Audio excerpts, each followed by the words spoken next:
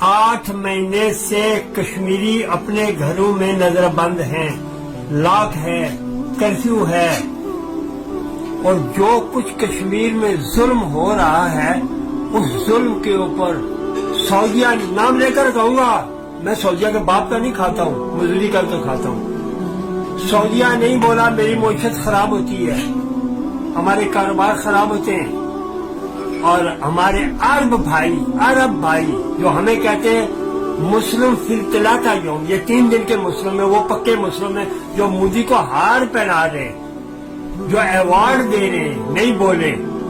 America, बरतानिया और Europe जो इंसानियत के अलम उठाए हुए फिरते हैं, जो इंसानियत के अलम उठाए, कोई नहीं बोला।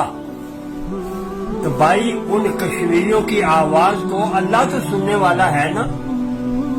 अब मजलूमों की आवाज, अब मजलूमों की आंख ने अर्श को हिला दिया, अल्लाह के अर्श को हिला दिया।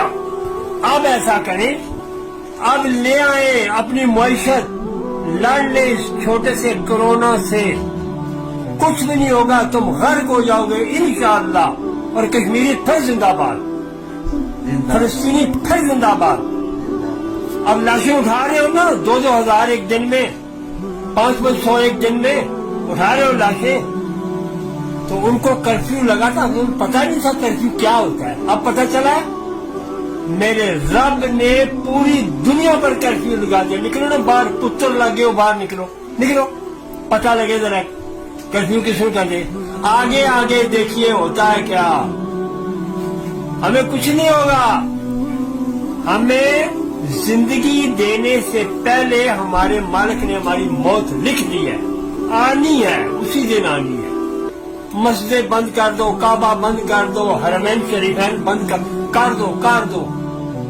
जब मस्जिद बंद करोगे तो वो शर्मा के कोरोना भाग जाएगा। ऐसा नहीं है, ऐसा नहीं है। सिर्फ तौबा करो। फिर कहते दुआ करो। कौन दुआ करे?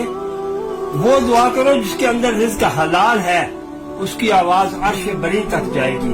सारा दिन शराब बेचते, खाते हराम में, रिश्वतें खाते, और कहते दुआ करो अल्लाह इस मुसीबत को टाले। अरे मुसीबत तो तुम खुद हो, अल्लाह पाक ही हम पर रहम फरमाए अपने फजल व करम से।